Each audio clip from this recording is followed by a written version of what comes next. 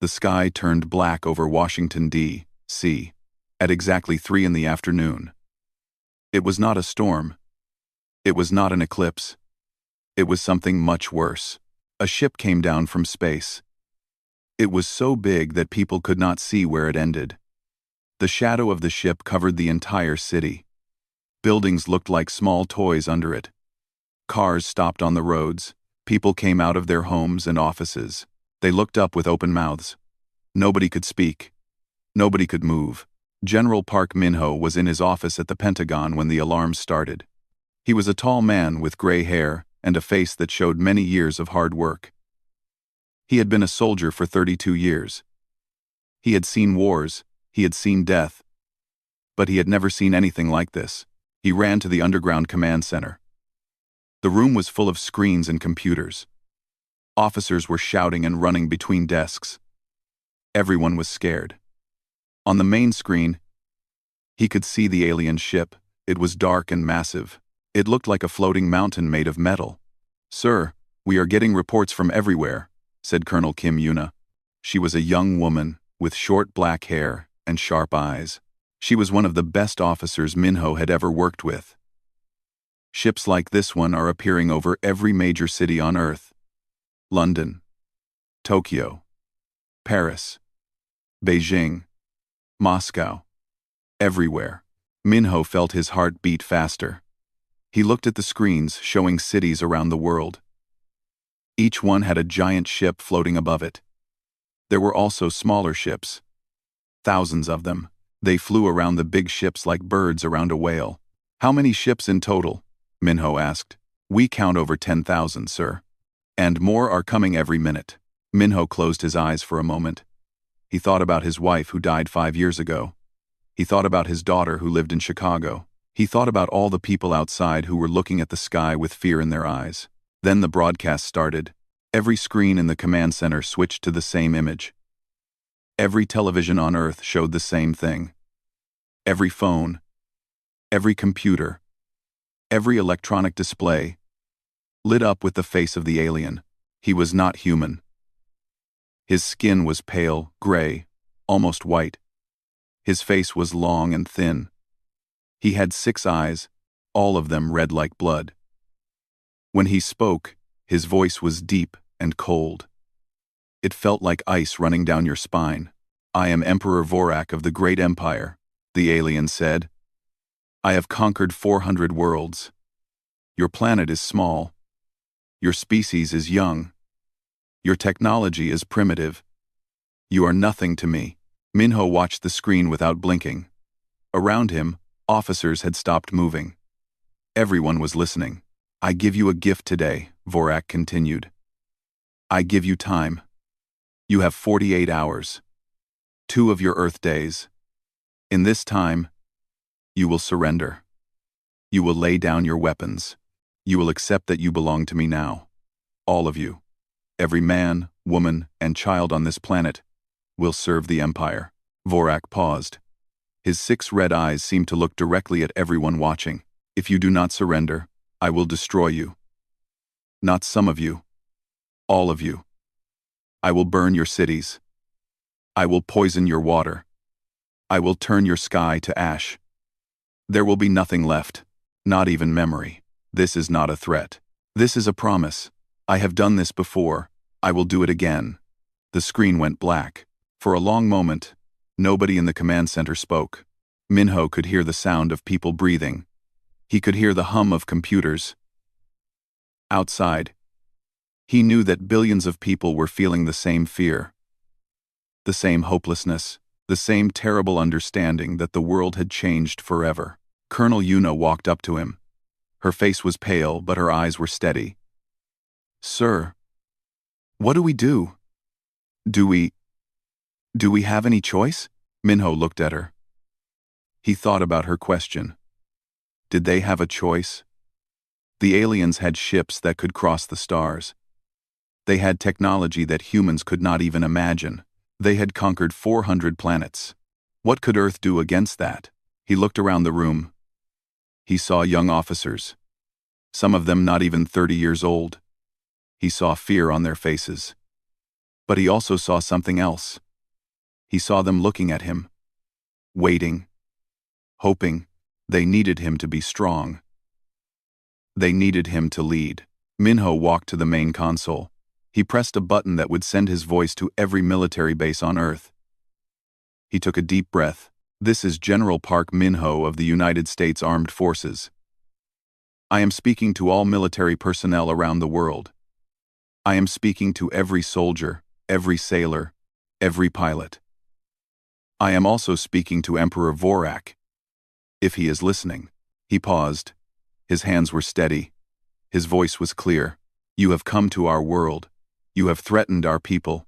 You have told us to kneel. You have given us 2 days to accept slavery or death. You think this is generous. You think we should be grateful. Officers in the room were staring at him now. Some had tears in their eyes. But you have made a mistake, Emperor. A terrible mistake. You do not know what we are. You do not know what humans can do when we are pushed. You have conquered 400 worlds, but those worlds were not Earth. Those people were not us. Minho felt something burning in his chest. It was not fear. It was anger. It was pride. It was the fire that had kept humans alive for thousands of years. You give us 2 days. You think that is enough time for us to accept defeat. You are wrong. 2 days is enough time for us to hurt you. 2 days is enough time for us to make you bleed. 2 days is enough time for us to show you that humans do not surrender. Humans do not kneel. Humans fight, and we fight until the very end. He leaned closer to the microphone. His voice dropped to something cold and hard. Something dangerous. Emperor Vorak, you have made the worst decision of your life by coming to Earth. You think you are strong. You think we are weak. You are about to learn how wrong you are. We will not surrender. We will not serve you. We will fight you with everything we have. And when this is over, when the smoke clears and the dust settles, only one of us will still be standing. He spoke his final words slowly, making sure every syllable was clear. You will not endure. The transmission ended. Silence filled the room. Then, slowly, Colonel Yuna began to clap. Others joined her. The sound grew louder and louder until the whole command center was filled with applause and cheering. Outside, the alien ships still hung in the sky. The threat was still real. The danger was still there. But something had changed. A spark had been lit. A fire had started. Humanity was going to fight.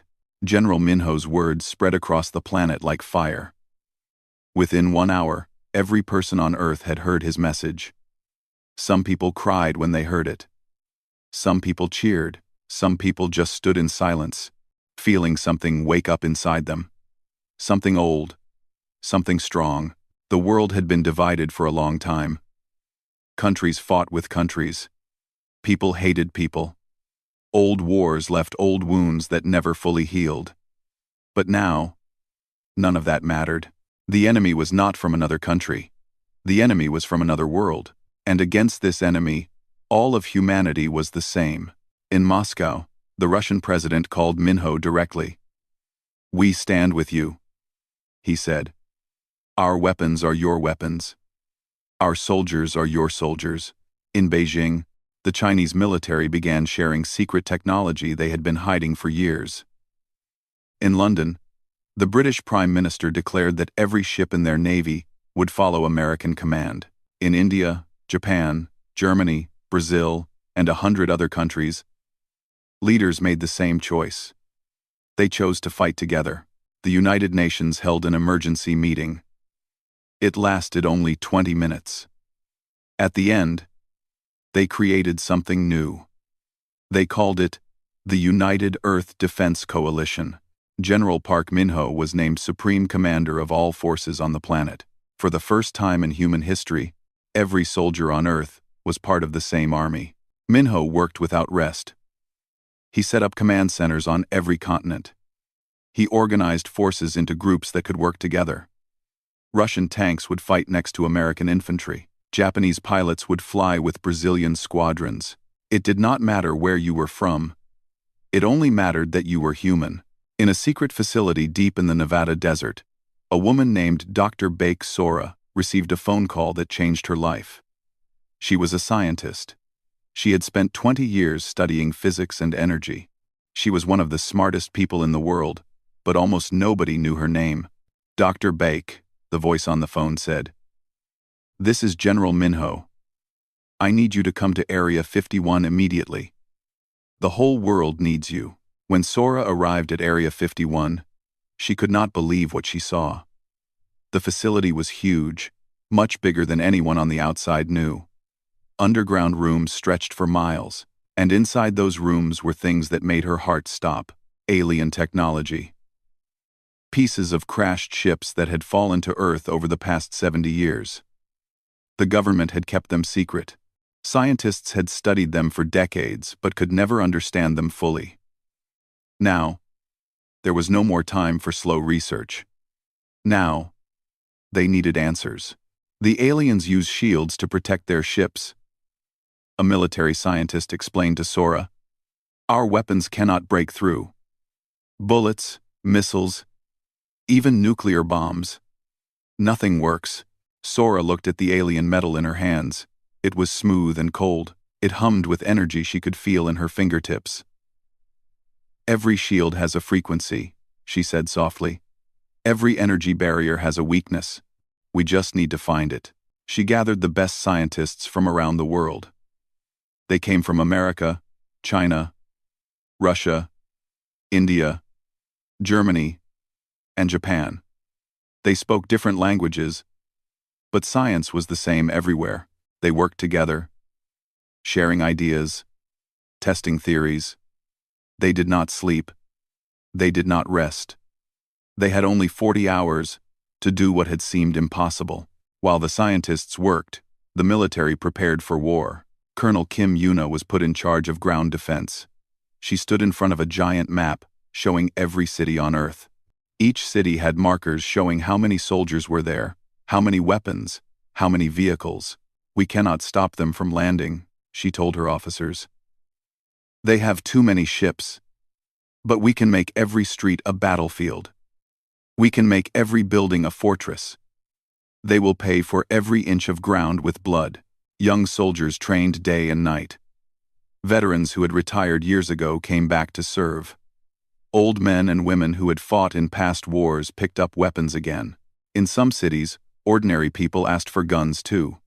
Factory workers, teachers, doctors, farmers. They all wanted to help. Factories that had been quiet for years roared back to life.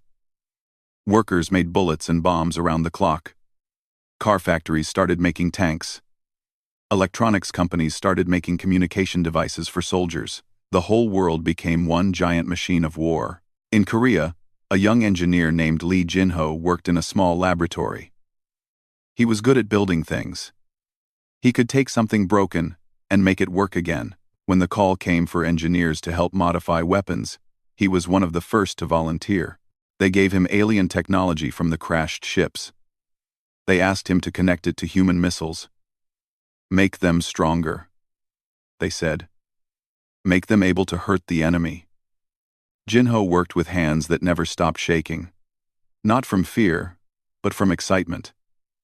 He was doing something important. Something that mattered. For the first time in his life, he felt like a hero. In a building full of computers in London, a young woman named Choi Hana led a team of cyber specialists. She was the best hacker in the world, though she would never say that herself. She had broken into the most secure systems on Earth. Now she had a new target. The alien ships all talk to each other, she explained to her team. They use a network. A very advanced network. But every network can be hacked. Every system has a door. We just need to find it. They studied the signals coming from the alien ships. They found patterns. They found codes. Slowly, like solving a puzzle with a million pieces, they began to understand how the aliens communicated. Meanwhile, on the massive alien mothership floating above Earth, Emperor Vorak sat on his throne and watched the humans prepare. He was not worried. He was amused. Look at them, he said to his admiral. a tall creature with scars covering his face. They build their little weapons. They gather their little armies. It is almost sweet, like children playing war. The admiral was quiet for a moment. Your Majesty, their communication is unusual. They are not fighting among themselves. They are not fleeing. They are organizing very quickly. Vorak laughed. It was a cold, ugly sound. Of course they are organizing. The dying animal always struggles before the end. It means nothing. In 36 hours, we will crush them. In 37 hours, this planet will be ours. But deep in his chest, in a place he did not want to look, the admiral felt something strange. He had conquered many worlds. He had seen many species face extinction. Most of them cried. Most of them begged. Most of them surrendered before the fighting even began. These humans were different. He could see it in their signals. He could hear it in their transmissions. They were not begging. They were not crying. They were preparing. Back on Earth, General Minho looked at the clock on the wall. 34 hours remained. The scientists were making progress.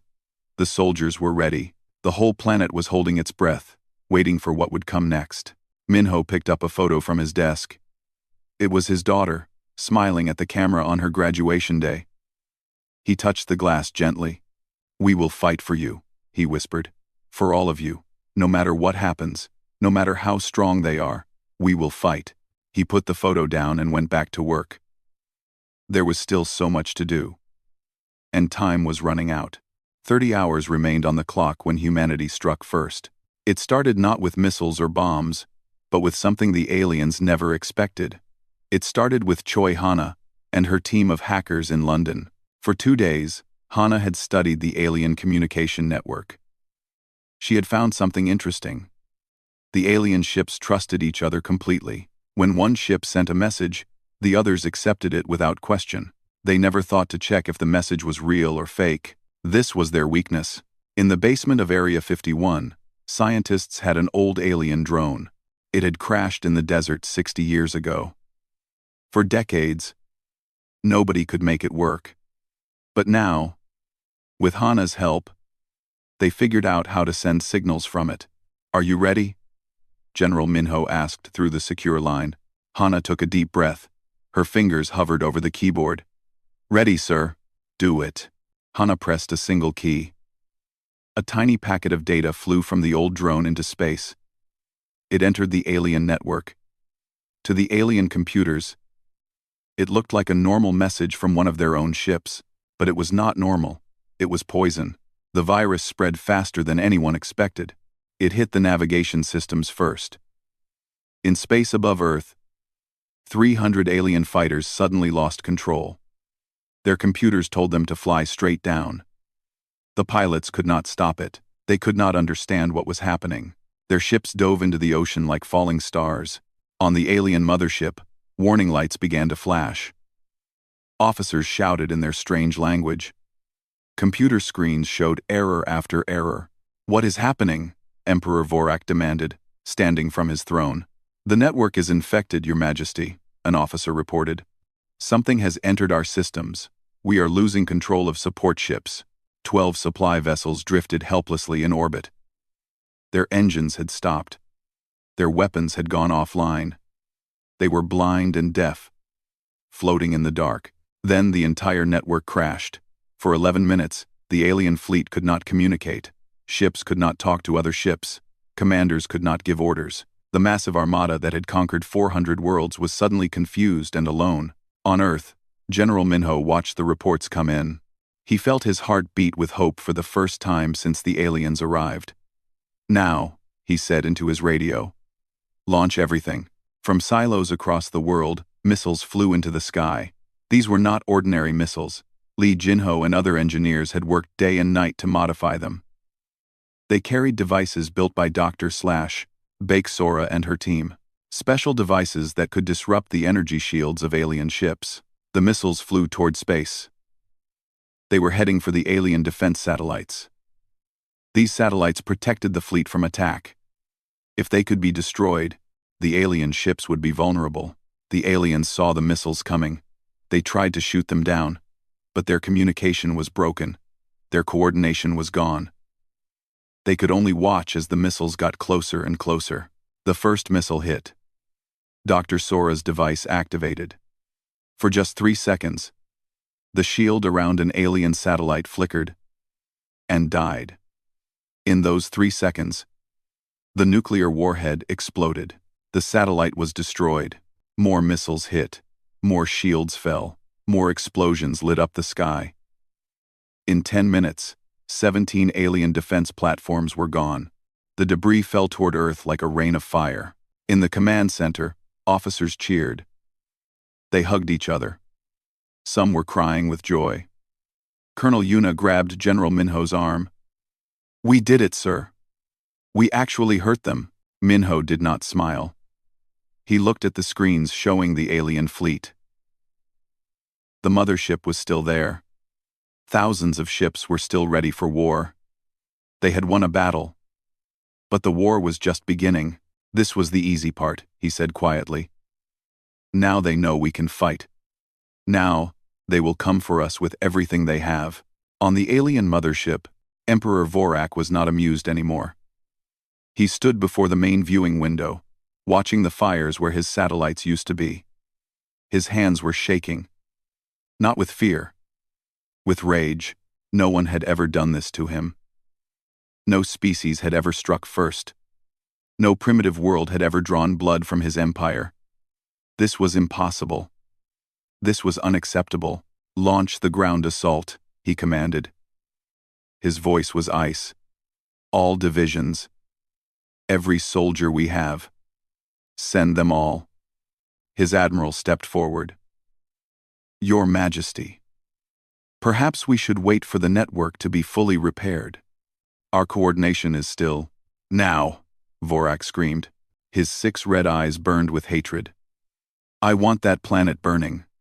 I want their cities in ashes. I want their leader brought to me alive. I will make him watch as I destroy everything he loves. Then I will kill him slowly, over many days." The admiral bowed and gave the order. In space, thousands of drop pods began to fall toward Earth. Each pod carried a squad of alien soldiers.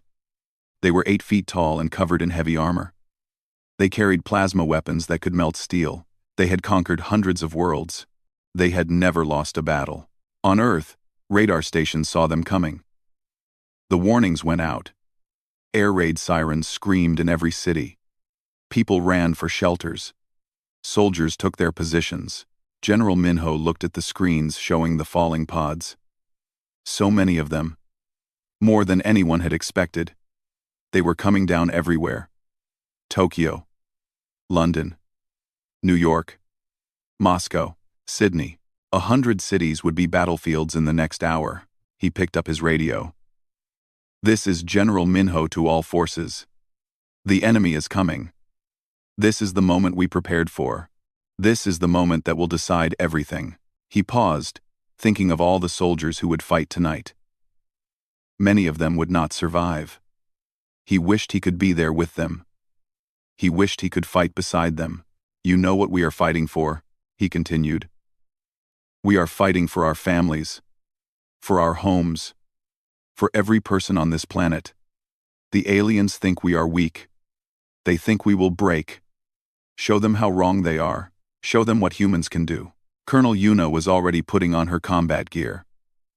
She would lead the defense of Nevada, protecting Dr. Sora's facility. "Sir, I should go." "My troops need me," Minho nodded. "Good luck, Colonel. Give them hell." She saluted and ran out the door. In London, Choi Hana was evacuating with her team. Their job was done for now. The virus was still causing problems for the aliens, but the ground war was for soldiers, not hackers. "Stay safe," she told her people. "We will be needed again soon." In Seoul, Lee Jinho helped load the last of the modified missiles onto trucks. They would be taken to hidden locations where the aliens could not find them. "We made a difference," he said to his co-workers. "Our work mattered." The first drop pods hit the ground. The war for Earth had truly begun. The aliens came down like a storm of metal and fire. They expected easy victory. They expected weak resistance. They expected the humans to run. They were wrong. In the streets of New York, soldiers were waiting. In the mountains of Switzerland, guns were aimed at the sky. In the deserts of Australia, traps had been set. All around the world, humanity stood ready, not to surrender, not to hide, but to fight. And they would fight until the very end. The invasion began at midnight. Alien drop pods crashed into the earth like burning meteors. They hit parks and streets and parking lots. Each pod broke open to reveal a squad of alien warriors. They were tall and terrifying. Their armor was thick and black. Their weapons glowed with deadly energy. In New York City, Captain Shin Do-hyun heard the explosions and knew the fight had come to him. He was 34 years old. He had a wife and a young son back home in Los Angeles. Before the aliens came, he had been thinking about retirement. Now, retirement seemed like a dream from another life. "Remember what we learned," he told his soldiers. They were hiding in the subway tunnels beneath Times Square. Their armor is strong everywhere, except the joints. The neck, the underarms, the backs of the knees. Aim for those spots. Nothing else will work. The ground shook above them. Dust fell from the ceiling. The aliens were getting closer. Do-hyun checked his rifle. It was loaded with special armor-piercing rounds made just for this fight. "We are not here to win," he said. "We are here to make them bleed. Every alien we kill is one less for our brothers and sisters to face. Every minute we hold them is another minute for others to prepare." The first alien appeared at the tunnel entrance. It was huge, almost touching the ceiling. Its plasma rifle swept the darkness, looking for targets. "Now," Do-hyun whispered. 20 guns fired at once. Most bullets bounced off the armor, but 3 hit the joint at the alien's knee.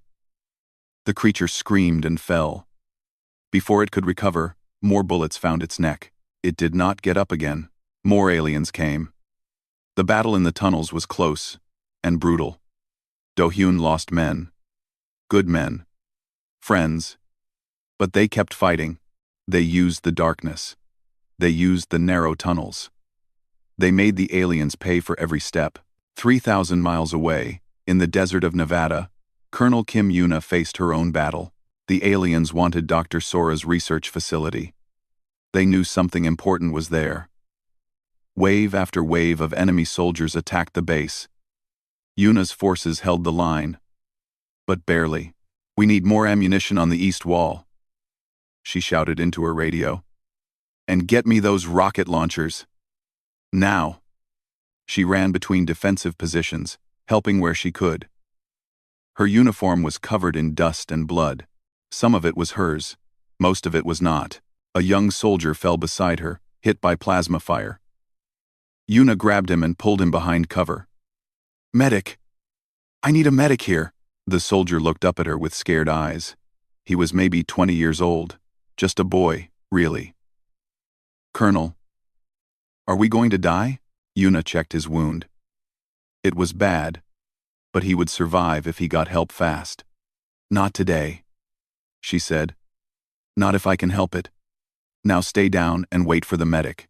She picked up her rifle and went back to fighting. Above the Pacific Ocean, Lieutenant Commander Oh Eun-ji flew through a sky full of fire. She was one of the best pilots in the world. Before the invasion, she had won medals and trophies. She had flown in air shows and impressed crowds with her skill. Now, she flew to kill. Her fighter jet had been modified with alien technology. It was faster than any human aircraft had ever been. But the enemy fighters were faster still. This was not about speed. This was about heart. "I have 3 on my tail," a voice screamed through the radio. It was one of her wingmen, a young pilot from Canada. "I see them," Eun-ji replied. "Hold on, coming to you." She pulled her jet into a sharp turn that pressed her hard against her seat. The world spun around her. She found the 3 enemy fighters and locked on. Her finger pressed the trigger. 2 of them exploded. The third tried to run, but Eun-ji was faster. She chased it across the sky and shot it down over the ocean. "Thanks, Commander," the Canadian pilot said, his voice shaking. "Do not thank me yet. There are more coming. Stay sharp." The night was long and full of death. Across the world, humans fought with everything they had. In Paris, an old man who had fought in wars 50 years ago picked up a gun again. He stood with young soldiers at a barricade and fired at aliens until his arms could no longer hold the weapon. In Tokyo, a school teacher led a group of children through dangerous streets to safety. When an alien soldier found them, she attacked it with nothing but a fire extinguisher. She died, but the children escaped. In Brazil, a truck driver drove his vehicle straight into an alien command post. The explosion killed him and 30 enemy soldiers. These stories happened again and again, in every city, in every country. Ordinary people doing extraordinary things. Humans who had never held weapons fighting like veterans. Strangers protecting strangers. Enemies becoming friends. The aliens had better technology. They had better weapons. They had better armor. But they had never seen anything like this. On the mothership, Emperor Vorak received reports that made no sense to him. Your Majesty, our casualties are 3 times higher than projected. The humans are not retreating. When we kill one, 2 more appear. They are arming their civilians, children, old people. Everyone who can hold a weapon is fighting. Vorak could not understand. He had conquered 400 worlds. Every species he had faced followed the same pattern. First, they resisted.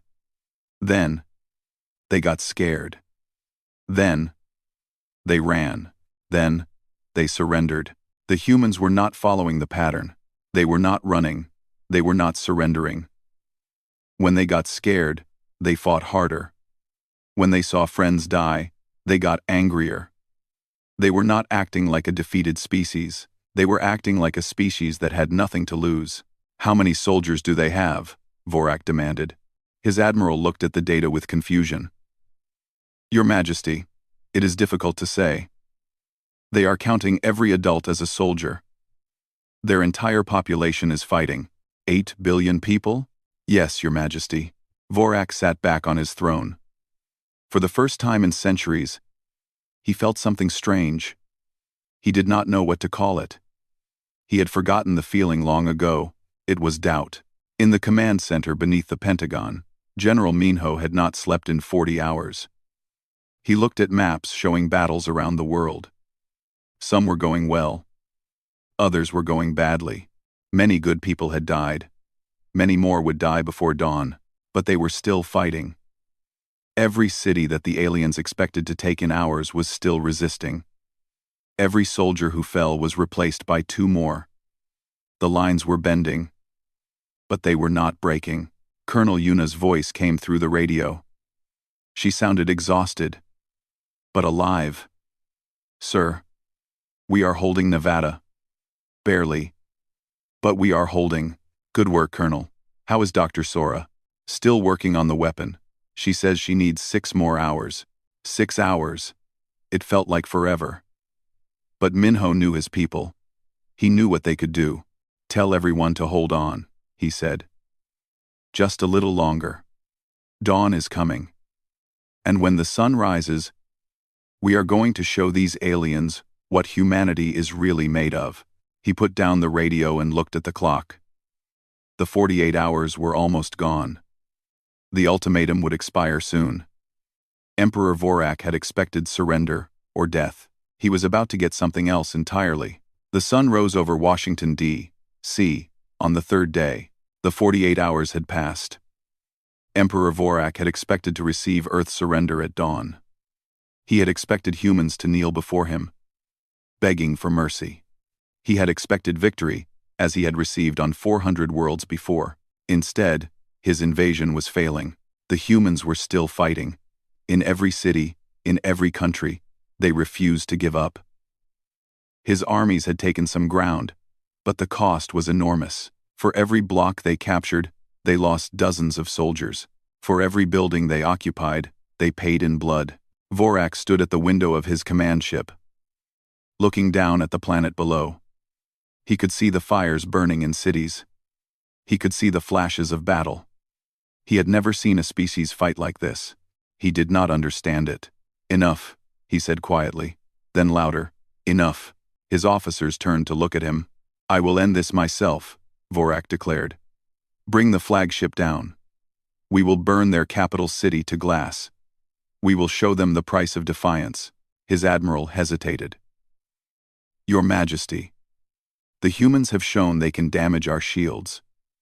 If we descend, I do not care about the risk." Vorak screamed. His 6 eyes burned with hatred. "These insects have embarrassed me. They have made me look weak. I will destroy them personally. I will make their general watch as I vaporize everything he loves." The flagship began to descend through the atmosphere. It was the largest ship in the fleet. Its weapons could destroy entire continents. As it came down, the sky above Washington turned dark once again. In the command center, General Minho watched the flagship approach. He had been waiting for this moment. He had planned for it. But now that it was here, he felt the weight of everything on his shoulders. "Dr. Sora," he spoke into his radio. "Is the weapon ready?" Her voice came back, tired but determined. "Ready? General, full charge. One shot is all we get." The weapon was humanity's last hope. Using every piece of alien technology ever collected, Dr. Sora and her team had built something impossible. A massive energy cannon. Hidden in the mountains of Nevada, it was designed to do one thing: break through the shields of Vorak's flagship, but it had never been tested. They did not know if it would work. They only knew that if it failed, there would be no second chance. The flagship descended lower. Its main cannon began to glow. The energy building inside it was enough to turn Washington, D.C. into a crater of melted stone. Millions of people would die in seconds. "General Minho," an officer said, his voice shaking. "Should we evacuate?" Video. Minho Voring, within Happen Gather. Fru Minho.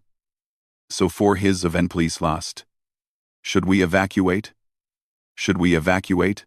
Minho watched the flagship come closer. His mind was calm. His heart was steady. This was the moment everything depended on. "No evacuation," he said. "If we run now, the whole world will see. They will lose hope. We stand. We face them. And we trust our people to do their jobs." The flagship's cannon was almost fully charged. The light was blinding now. In seconds, it would fire. "Dr. Sora," Minho said, "fire the weapon." "In Nevada, Doctor." Sora pressed the button. A beam of pure white light shot across the sky. It traveled faster than anything humans had ever created. It crossed the distance between Nevada and Washington in less than a second, and it hit the flagship directly in its center. For a moment, nothing happened. Then the flagship's shields flickered. They sparked. They flashed, and they died. On board the flagship, alarms screamed. Officers shouted in panic. Emperor Vorak stared at his screens in disbelief. "The shields are down," someone reported. "Your Majesty, we are defenseless." Vorak could not speak. His mouth opened, but no words came out. This was impossible. No one had ever penetrated his shields. No one had ever threatened his flagship. This could not be happening, but it was. From silos across the planet, every remaining missile launched at once. The nations of Earth had been waiting for this moment. They had saved their best weapons for this one chance. Hundreds of missiles flew toward the flagship, carrying enough destructive power to crack a continent. The aliens tried to shoot them down. Without coordination, without shields, they could not stop them all. They could not even stop most of them. The first missile hit the flagship's engine. The second hit its weapons array. The third, fourth, fifth, sixth, and more hit everywhere at once. The ship that had conquered 400 worlds began to break apart. Emperor Vorak, ruler of the great empire, destroyer of civilizations, stood frozen as fire consumed everything around him. In his final moment, he understood something he had never understood before. He had made a terrible mistake. The explosion lit up the sky like a second sun. People across the eastern United States could see it. They came out of their shelters and their hiding places and watched the alien flagship die.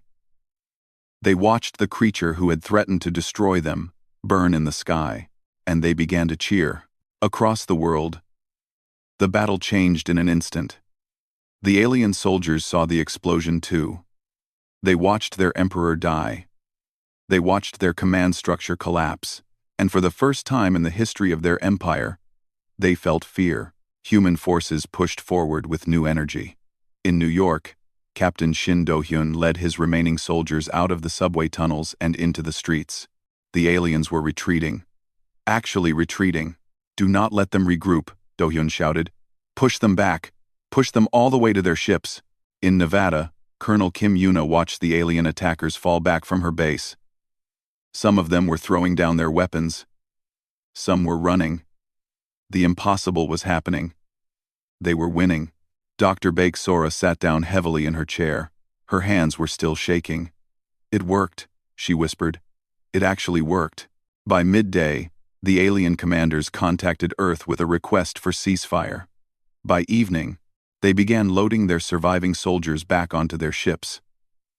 By midnight, the remaining fleet was leaving Earth's orbit, heading back into space. They had lost. For the first time ever, the great empire had lost. 3 days later, General Park Min-ho stood on the steps of the Capitol building. The dome was damaged but still standing. The city around it was scarred and burned. But it was still there. They were still there. Thousands of people had gathered to see him. Soldiers and civilians. People who had lost friends and family. People who had fought and bled and nearly died. They were tired and wounded and covered in the dust of battle. But they were alive. And they were free. Colonel Yuna stood next to Minho.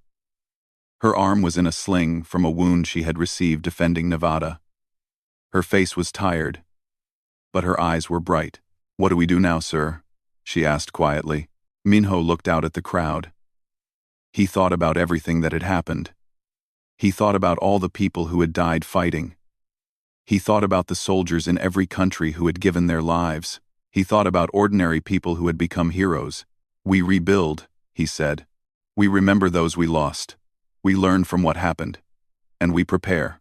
"Prepare for what?" Minho looked up at the sky. Somewhere out there, the alien fleet was running back to their empire.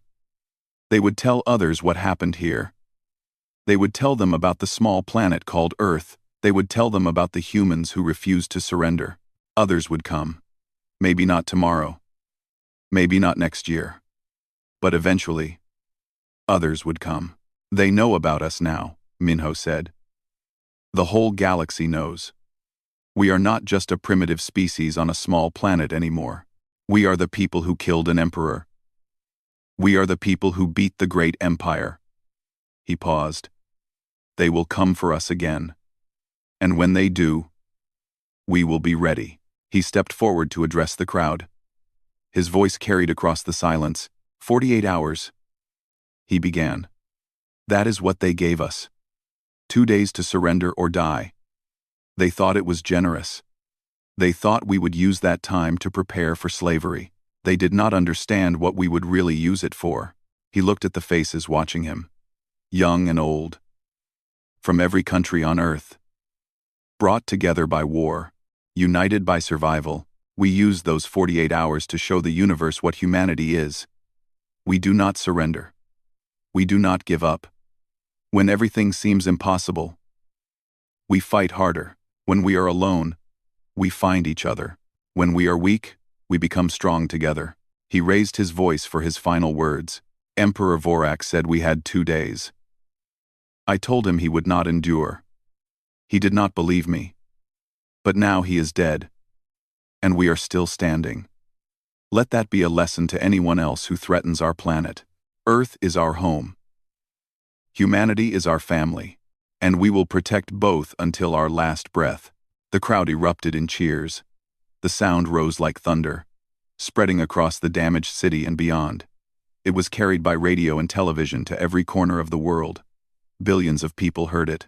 Humanity had survived first contact. The cost was terrible. The scars would last for generations. But they had proven something to themselves and to the universe.